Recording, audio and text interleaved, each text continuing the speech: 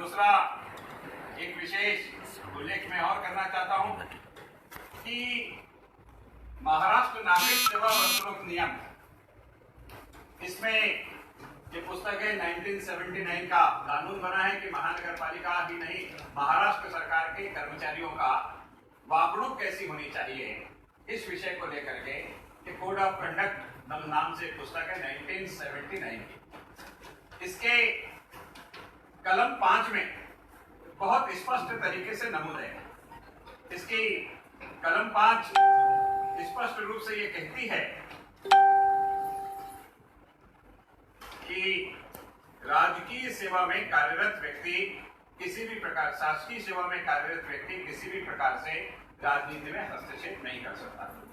कोणत्याही शासकीय कर्मचाऱ्याला कोणत्याही राजकीय पक्षाच्या किंवा राजकारणात भाग घेणाऱ्या कोणत्याही संघटनेचा सदस्य होता येणार नाही किंवा त्याच्याशी अन्यथा संबंध ठेवता येणार नाही किंवा कोणत्याही राजकीय चळवळीत किंवा कार्यात कोणत्याही प्रकारे भाग घेता येणार नाही किंवा त्यासाठी वर्गणी देता येणार नाही किंवा सहाय करता येणार नाही। स्पष्ट नमूद है ये महाराष्ट्र सरकार की पुस्तक है। इसमें महाराष्ट्र के कर्मचारियों के कोड ऑफ कंडक्ट डिफाइन है, जिसमें स्पष्ट लिखा हुआ है कि कोई भी व्यक्ति किसी भी राजनीतिक तौर पर काम नहीं कर सकता, राजनीतिक संगठन का सदस्य नहीं हो सकता, पदाधिकारी नहीं हो सकता, आंदोलन में भाग नहीं ले सकता। ये डॉक्टर घंटावार जी की धर्मपत्नी है, जिनका शादी के पहले का नाम है डॉक्टर शीलू चिमुरकर, शादी के बाद का नाम है शीलू घंटावार। और मनुष्य के जीवन में दो ही नाम होते हैं, महिलाओं के साथ विशेष रूप से शादी से पहले मायके का नाम और शादी के बाद में ससुराल का सरनेम जुड़ जाता है। और एक नियम और है शासन का कि कास्ट बाय बर्थ, हमारी जो जात होती है ये किसी भी जात के पति से शादी करने से जात नहीं बदलती। हम जिस माँ की कोख से जन्म लिए हैं उसकी जो कास्ट होगी वही हमारी कास्ट होगी, कास्ट बाय बर्थ ऐसा नियम है। महाराष्ट्र में डॉक्टर विमल मुंद्रा के केस में न्यायालय का इसको लेकर के फैसला भी आ चुका है। अब इस विषय में एक नया तीसरा नाम डॉक्टर घंटावार जी की धर्मपत्नी का पता चला, वो है डॉक्टर शीलू पंद्राम। ये उनका राजनीतिक नाम है, डॉक्टर शीलू पंद्राम। डॉक्टर घंटावार जी की पत्नी के फेसबुक पेज में, उनका एक फेसबुक पेज है SHEELU शीलू, SHEELU शीलू चिमुरकर / घंटावार, और दूसरा उनका फेसबुक पेज है शीलू पंद्राम के नाम से। और इन पेज में उन्होंने पोस्ट किया है, किसी दूसरे ने नहीं, वो दस्तावेज मैं आप सबको मेल कर रहा हूं। इसमें स्पष्ट रूप से उन्होंने भैंसदेही से बैतूल के पास से कांग्रेस की विधानसभा के टिकट मांगे थे। ये अखबार में छपी हुई घटना है और वो कितने देशबंधु नाम का अखबार है जिसमें छपा हुआ है। ये शीलू पंद्राम की फोटो है जहां मैं उंगली रख रहा हूं। ये सारे दस्तावेज माननीय आयुक्त महोदय को सुपुर्द किए गए हैं। उसमें यह भी दस्तावेज है कि शीलू पंद्राम जी ने अपने फेसबुक पोस्ट पर ये पोस्ट करी है। स्पष्ट दिख रहा है कि क्या पोस्ट है, कांग्रेस को समर्थन करते हुए पोस्ट है। इतना ही नहीं, वे कहते हैं कि नागपुर महानगर पालिका के दवाखाने में रेगुलर ड्यूटी करते हैं। ये उनका बोर्ड लगा हुआ है, बैतूल का बोर्ड है, बैतूल का पता दिया हुआ है। वहां हर शुक्रवार को वे महिलाओं का कैंप लेकर के उनकी चिकित्सा करते हैं, दवाखाना चलाते हैं। और वे हर शुक्रवार को नागपुर से 200 किलोमीटर आकर के दवाखाना चलाते हैं और उनकी सेवा से वहां के लोग बहुत ज्यादा प्रभावित है। इसलिए इस वैद्यकीय सेवारत महिला को टिकट देना चाहिए, ऐसा कांग्रेस कार्य समिति को निवेदन किया गया है।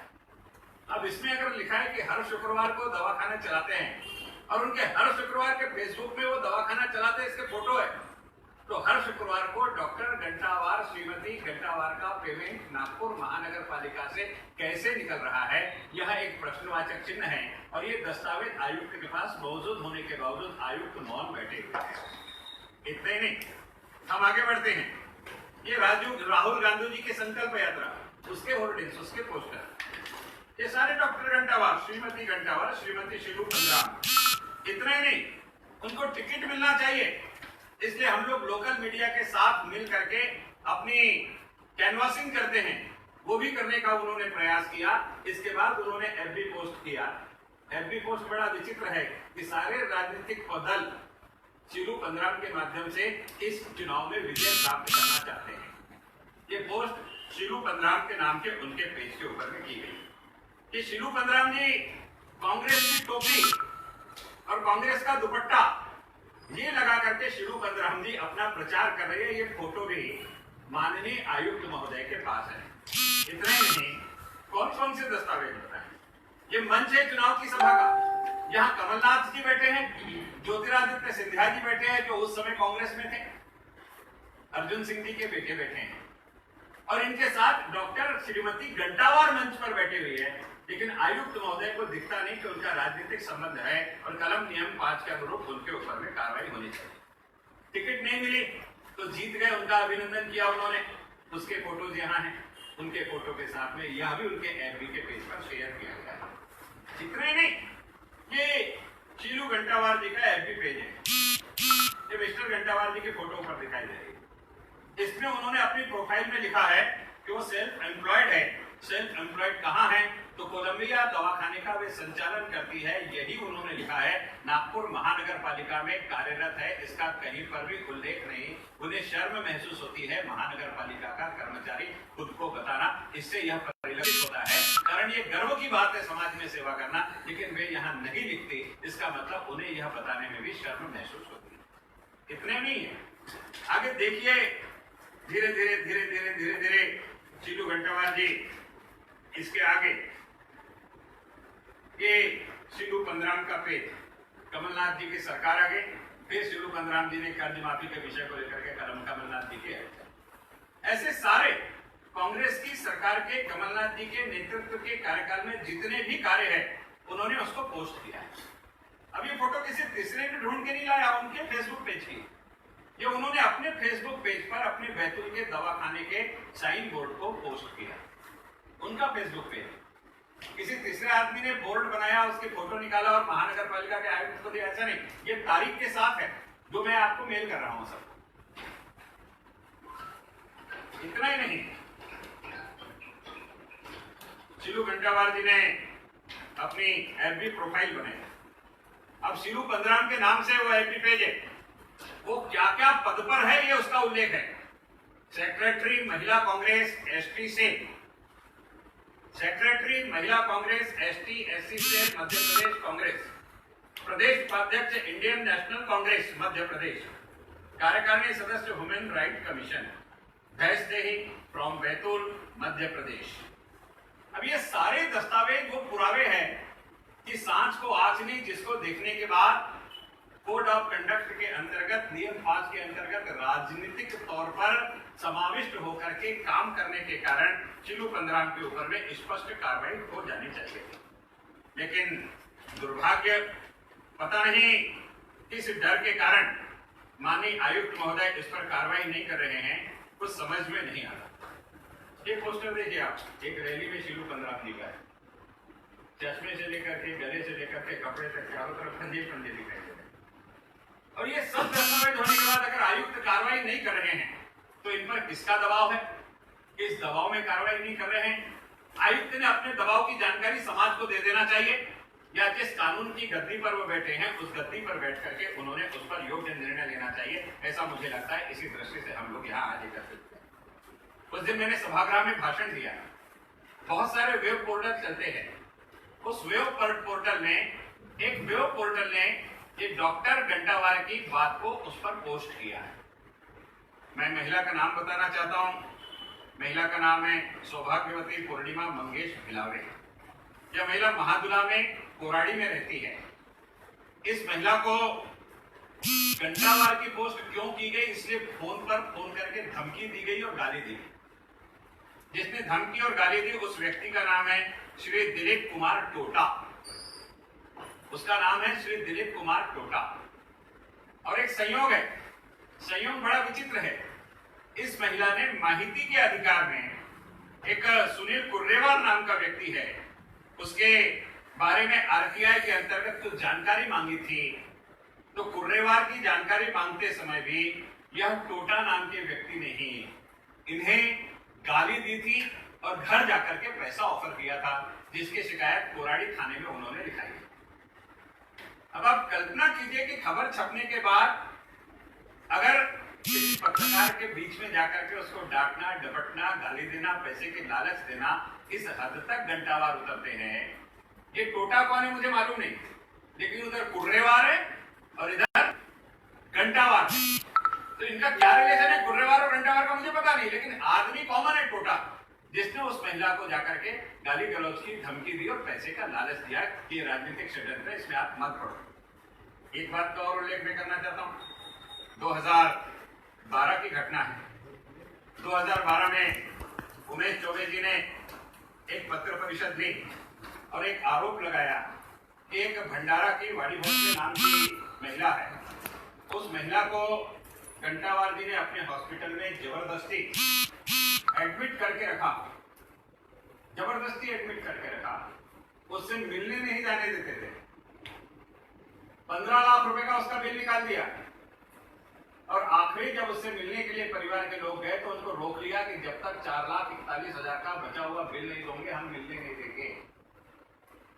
और मिलने के लिए बाहर से वेंटिलेटर पर दिखा दिया और जैसे ही 4,41,000 का बिल दिया गया, 20 मिनट बाद बता दिया गया कि तुम्हारी जो पेशेंट है वो मर चुका है। उमेश चौबे जी ने उस समय आरोप लगाया कि इसकी जांच होनी चाहिए, मृत व्यक्ति को भी जिंदा बता करके 15 लाख रुपए की लूट करने का काम ये घंटावार दंपत्ति ने किया है। उस समय प्रेस में उमेश चौबे जी की इस प्रेस को सबसे ये 2012 की है। मैं आपको इसलिए बता रहा हूं कि मैंने कहा सभागृह में भी, हिस्ट्री शीटर कोई आदमी अगर मानसिक रूप से क्रिमिनल हो तो अपने क्राइम को अनवरत जारी रखता है। उसकी शुरुआत का पहला दस्तावेज 2012 का हमें दिखाई देता है। इसके बाद 2015 का एक दस्तावेज मेरे पास है। अन्न औषधि पुरवठा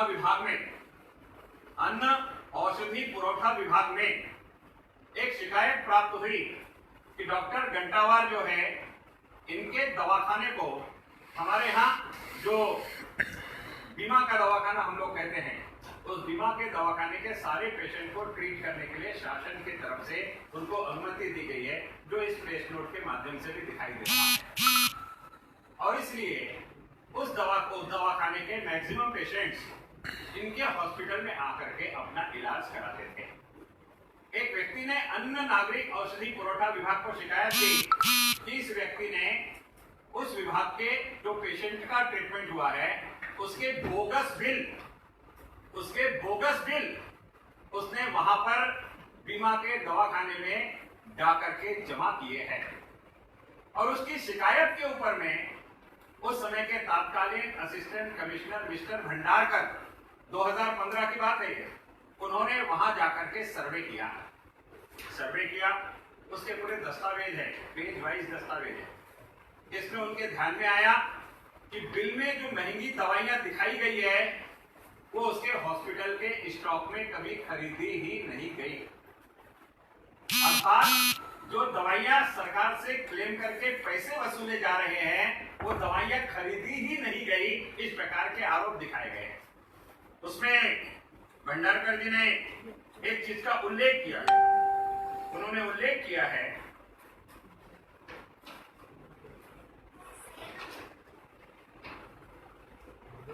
कि एमसेट इंजेक्शन 2 mg इसकी 256 एम्पुल खरीदी गई और पेशेंट को लगाई गई, इसका उल्लेख है। जबकि उनके हॉस्पिटल में खरीदी गई एम्पुल की संख्या केवल 50 है। और उन्होंने पूछा कि अगर 50 ही एम्पुल खरीदी गई है तो 256 लगाई गई, ये साबित नहीं होता। इससे पता चलता है कि बोगस कारोबार है। एक व्यक्ति जो उस हॉस्पिटल में एडमिट था, वो हॉस्पिटल में एडमिट था, उसकी तिथि के 5 दिन बाद तक वो हॉस्पिटल में एडमिट था, ये दिखा करके उसके दवाई का बिल बीमा के दवाखाने में सबमिट किया गया। उस व्यक्ति का नाम है गिरधर दोनाडकर। 7 तारीख को 7/10/2014 को डिस्चार्ज हो गया। 8 तारीख को उसको दवाई दी गई, ये दिखाया गया, और 12/10 तक उसको दवाई दी गई, ऐसा वहां के दस्तावेज में दर्ज है, जो बिल उसने बीमा के दवाखाने में सबमिट की। और इन सारी फाइंडिंग्स के बाद जो भंडारकर जी है असिस्टेंट कमिश्नर, इन्होंने अपना आदेश दिया। उस आदेश में उन्होंने जो लिखा है मैं उसका केवल वाचन करता हूं। यावरून मेसर्स कोलंबिया हॉस्पिटल से मालक श्री प्रवीण घंटावार यांनी कर्मचारी राज्य विमा निगम यांची फसवणूक करण्याच्या उद्देशाने महागड्या औषधांची रुग्णांकरिता वापर केल्याचे भासवून खोटी विक्री बिले तयार केलेली असून आपणास प्रतिपूर्तीसाठी सादर केलेली आहे। त्यामुळे सदर प्रकरणी या कार्यालयाकडून पेढीचे परवाने दिनांक 20/4/2015 रद्द केलेले आहे। आपणास असेही कळवण्यात येते की मेसर्स कोलंबिया मेडिकल यांनी आपली फसवणूक करण्याच्या उद्देशाने महागड्या औषधीचे केवळ बिलं आपल्याला सादर केलेली आहे। मेसर्स कोलंबिया मेडिकल यांनी क्रिमिनल प्रोसिजर कोड व इंडियन पिनल कोड मधील कलमांचे उल्लंघन केलेले असल्याने त्यांचे विरुद्ध पोलिसांकडे गुन्हा दाखल करून पुढील चौकशी करणे आवश्यक असल्याचे या कार्यालयाचे मत आहे। सदर प्रकरणी आपण घेतलेली पुढील कारवाई आम्हाला ज्ञात करावी, ये आदेश नील भंडारकर, सहायक आयुक्त औषधि प्रशासन विभाग। अब आप कल्पना कीजिए कि ये 19/5/15 का आदेश है। एक व्यक्ति जो मानसिक रूप से क्रिमिनल है वो एक क्राइम करके नहीं रुकता। 2012 का क्राइम है, 2015 का क्राइम है, महानगर पालिका के 2016 और 17 का जो मस्टर है वो गायब है ही नहीं। और गायब क्यों है? घंटावार जी आईजीआर के इंचार्ज है और उनकी पत्नी की उपस्थिति को लेकर के प्रश्न है, इसलिए मस्टर ही गायब है। शुक्रवार को उनकी पत्नी वहां दवाखाना चलाती है लेकिन यहाँ हाजिरी है। मैं आपसे निवेदन करना चाहता हूं कि आप उनके फेसबुक पर जाइए। वो 28 अप्रैल को लॉकडाउन के समय बैतूल के दौरे पर गई थी। महानगर पालिका में उनकी उस दिन हाजिरी है या नहीं, इसकी जांच करने के लिए हमने लाड़े मैडम को कहा है। अभी मई महीने में वे फिर से वहां गई थी और उन्होंने बहुत बड़ा एक आर्टिकल लिखा कि मध्य प्रदेश की सह्याद्री पर्वत के सतपुड़ा पर्वत की वादियों में छाई हुई हरियाली देख करके मैं प्रसन्न हो गई। मखमल जैसी ये हरियाली यहाँ दिखाई दे रही है। उनका फेसबुक पर उनका लिखा हुआ लेख भी है, उसको भी आप पढ़िए और जानकारी लीजिए कि वो छुट्टी लेकर के गई थी या नहीं गई थी। और अगर आज की पेंडेमिक स्थिति में किसी भी डॉक्टर को छुट्टी देना ये प्रतिबंधित है, छुट्टी नहीं मिल रही है। ऐसे समय में वो लॉकडाउन के समय अप्रैल महीने में वहां जाती है, मई महीने में वहां जाती है और उसकी हिम्मत देखो, अपने फेसबुक में पेज करती है और जैसे पिकनिक मना रही हो उस प्रकार के शब्दों का उल्लेख करती है, साहित्यिक बनने का प्रयास करती है। इन सारी गतिविधियों में व्यस्त होने के बावजूद माननीय आयुक्त महोदय उनको क्यों प्रश्रय दे रहे हैं, यह प्रश्न है। कल तो और भी बड़ी बात हो गई। मड़ावी नाम का एक व्यक्ति है, उसकी शिकायत के आधार पर उनके ऊपर में एंटी करप्शन ब्यूरो की कार्रवाई हुई, जिसमें सिद्ध हुआ कि उनके पास आय से अधिक संपत्ति है। अब सही गलत मुझे जानकारी नहीं। आज मुझे हमारे स्थायी समिति अध्यक्ष, पूर्व अध्यक्ष प्रदीप कोहाने जी का फोन आया। आप सभी को मालूम है कि प्रदीप को अभी बिटिया हुई और प्रदीप के ससुराल के लोग यहाँ आए। जब उन्होंने अखबार में पढ़ा तो ससुराल के लोगों ने बताया कि आपके डॉक्टर घंटावार की 100 एकड़ जमीन नवेगांव बांध के बाजू में भी है। अब ये सही है या गलत मेरे पास दस्तावेज मैं नहीं कहूंगा, लेकिन मुझे यहाँ आने के पहले जब प्रदीप का फोन आया तो प्रदीप इसकी जानकारी देता है। आप कल्पना कीजिए कि अगर इनकी सखोल चौकसी की गई तो कितने आतंक भ्रष्टाचार में डूबे हुए हैं ये स्थापित होगा। मैं आपके माध्यम से माननीय आयुक्त महोदय जी से निवेदन करना चाहता हूं कि सारे दस्तावेज इस बात के लिए परिपूर्ण है कि उन्हें निलंबित किया जाए। महानगर पालिका के सभागृह ने निलंबित करने को कहा है, ये ना सोचे वो वैलेंटाइन डे के दिन उनको जो निवेदन मिला था उसके आधार पर ही निलंबित कर दे, ना दे महापौर को श्रेय, ना दे सभागृह को श्रेय, लेकिन वैलेंटाइन डे के दिन उनको जो निवेदन मिला था उसके आधार पर ही वो निर्णय ले। अगर वो निर्णय नहीं लेते हैं तो कहीं घंटावार दंपत्ति आयुक्त के वैलेंटाइन तो नहीं, यह स्टैब्लिश करने में किसी प्रकार का संदेह नहीं है, कोई संदेह नहीं। और एक बात का मैं और निषेध आज की प्रेस में करना चाहता हूँ। आप सभी के बीच में से हमारे एक भाई है जिनका नाम है राजीव कुशवाहा जी।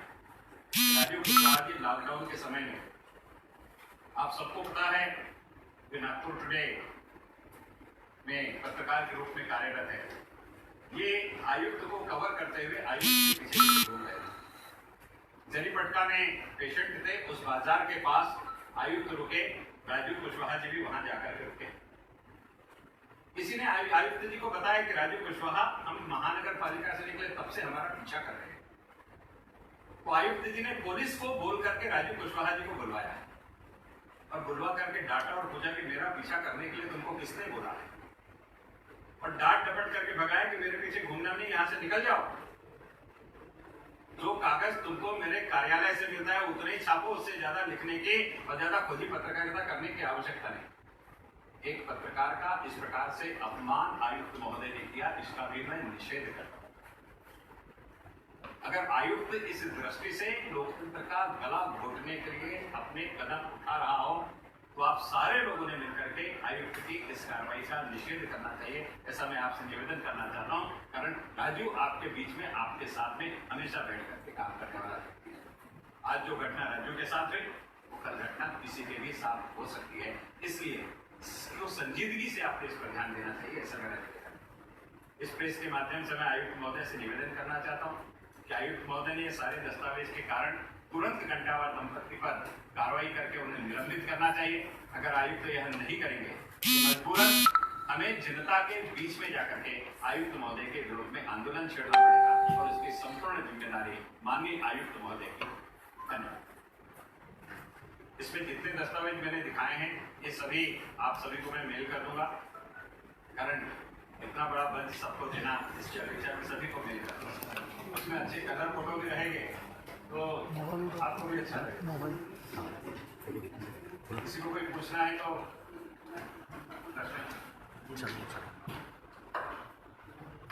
इसका दबाव सकता मेरे ऊपर